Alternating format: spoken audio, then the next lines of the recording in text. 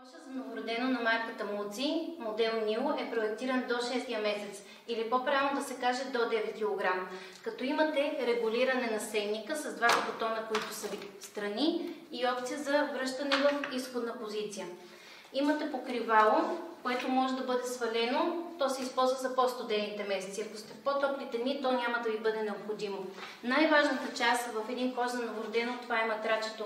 Трябва да бъде по-дебел и по-твърд, какъвто е този на модел Нил. Изцяло е направен с дишаща материя. Плика, който е, лесно се сваля, за да може да се изпере. Също така в самия кош имате обиколник. Обиколника е също за по-студените месеци. Ако сте в по-топлите дни, може да бъде свалено. То няма да ви бъде необходимо.